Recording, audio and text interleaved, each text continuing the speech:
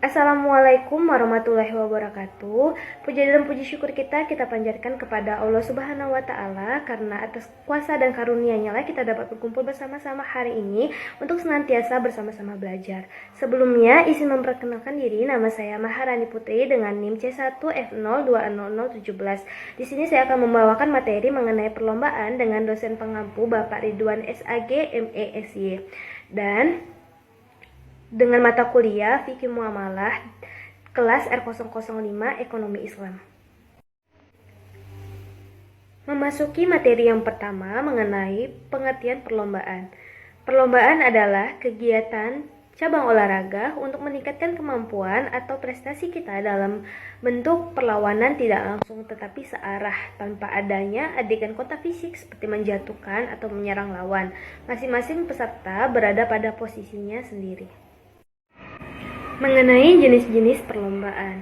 Jenis-jenis perlombaan bisa dibagi menjadi 3 bagian. Yang pertama adalah yang menyediakan hadiah adalah salah satu peserta hadiah atau yang salah satu peserta yang mengikuti lomba gitu. Untuk yang kedua ada yang menyediakan hadiah adalah penguasa atau orang lain di luar peserta lomba. Jadi maksudnya di sini adalah yang menyediakan hadiah itu seperti sponsorship atau orang yang mengadakan lomba tersebut. Terus yang ketiga adalah yang menyediakan lomba adalah hadiah adalah para peserta lomba.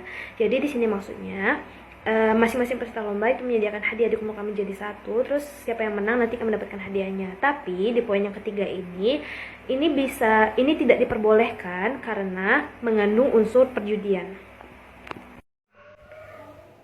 Pandangan Islam tentang perlombaan. Perlombaan atau musabaqah adalah telah menjadi bagian dan aktivitas manusia sejak zaman dahulu kala hingga sekarang. Berbagai macam hal yang diperlombakan di masyarakat, terkadang perlombaan juga disertai dengan berbagai macam hadiah dan pemenangnya. Hukum hasil perlombaan dalam Islam itu bersaing dengan orang lain dalam satu hal yang berusaha lebih dari yang lain.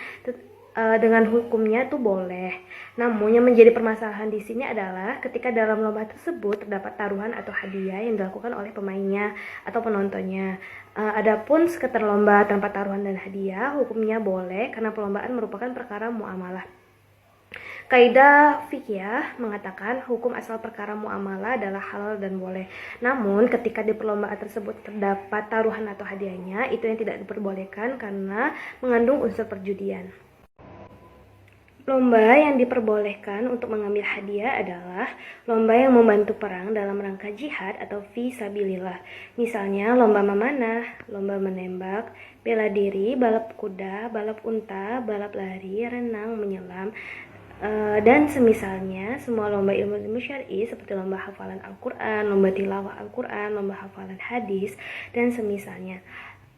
Adapun yang tidak termasuk dua kategori ini, maka tidak boleh ada hadiahnya dalam perlombaan tersebut. Itulah hukum perlombaan dengan hadiah dalam Islam. Hukum lomba dengan hadiah dari Abu Hurairah radhiyallahu anhu, Rasulullah shallallahu alaihi wasallam bersabda, tidak boleh adanya perlombaan berhadiah kecuali lomba memanah, lomba berkuda, dan lomba menunggang unta. Dari hadis riwayat Tirmizi nomor 1700, Abu Daud nomor 2574, Ibnu Hibban nomor 4690, disahihkan Al-Albani dalam Sahih At-Tirmizi. Ibnu Abidin rahimahullah mengatakan tidak diperbolehkan lomba dengan hadiah kecuali dalam 3 jenis lomba yang disebutkan. Dalam hadis ini, ulama sepakat bahwasanya lomba yang disebutkan dalam hadis maka hukumnya jika ada hadiahnya. Disebutkan dalam Mausu'ah Fiqhiyah Kuwaitiyah, jika lombanya berhadiah maka ulama sepakat ini disyaratkan dalam lomba berkuda, lomba balap unta, dan lomba memanah. Berikut merupakan contoh kasus mengenai perlombaan. Perlombaan burung berkicau berhadiah. Kasus di RT 15, Pak Tono dan warga lainnya berkumpul untuk mendaftar mengikuti lomba burung berkicau. Dengan adanya biaya administrasi, yang mana biaya tersebut akan diberikan kepada burung yang kicauannya dianggap paling indah. Kemudian Pak Tono dan warga lainnya mengumpulkan burung dan memperlombakan kicauan burung-burung tersebut. Mana yang paling indah, lalu dicari mana yang akan menjadi juaranya. Yang kicauannya paling indahlah yang akan mendapatkan hadiah dari uang tunai. Dalam hal ini dianggap perjudian perjudian karena di sini jelas terlihat adanya pemungutan uang dari peserta-peserta. Karena dari awal itu ada biaya pendaftaran, di mana biaya pendaftaran tersebut merupakan hasil dari uang-uang peserta yang ingin mengikuti lomba tersebut. Dan di sini juga menggunakan hewan atau seperti burung, itu kan menggunakan hewan tuh. Terus ditambah lagi adanya pungutan biaya di awal. Maka dari itu perlombaan yang seperti ini dilarang karena dianggap berjudi. Larangan perlombaan. Yang menyediakan hadiah adalah para peserta lombanya. Maka ini merupakan lihan atau murahana atau taruhan. Namun ulama khilaf pada apakah diperbolehkannya bagi lomba-lomba yang disyariatkan untuk dilakukannya dengan taruhan dalam 3 pendapat. Pendapat yang pertama ada jumhur. Ulama mengatakan hukumnya haram karena merupakan khimar atau judi.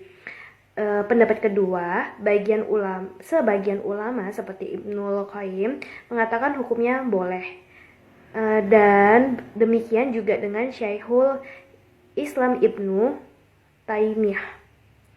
Pendapat ketiga, boleh jika ada muhalil. Ini pendapatnya Sa'id bin Musayyab, Az-Zuhri, Al-Auza'i, dan Ishaq bin Rahawayh. Muhalil adalah orang yang mengikuti lomba namun tidak mengeluarkan harta untuk hadiah. Ini berdasarkan hadis, barang siapa yang mengikutsertakan kuda ketiga antara 2 kuda yang sedang berlomba, sedangkan pemilik kuda ketiga tersebut tidak berminat untuk mengikuti lomba tersebut, maka ini bukan khimar. Dan barang siapa yang mengikutsertakan kuda ketiga antara 2 kuda yang sedang berlomba, sedangkan pemilik kuda ketiga tersebut berminat untuk mengikuti lomba, maka ia khimar.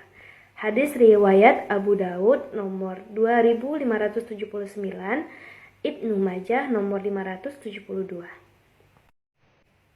Kesimpulan akhir dari materi ini adalah bahwasannya perlombaan yang menggunakan taruhan atau uang yang dipungut atau diambil dari sesama peserta lomba dan dikasihkan ke peserta lomba lainnya untuk taruhan itu dianggap haram dikarenakan mengandung unsur perjudian.